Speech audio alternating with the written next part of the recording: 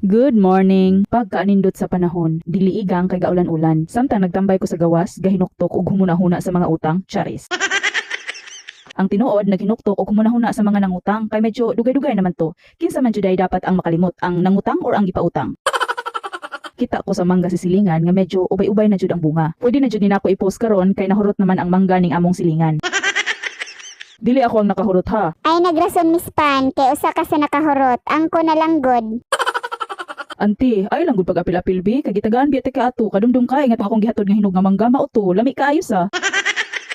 Dili na pud siguro ta ikiha, kay sa panahon karon, ang mingkihan naman ang iladog batasan.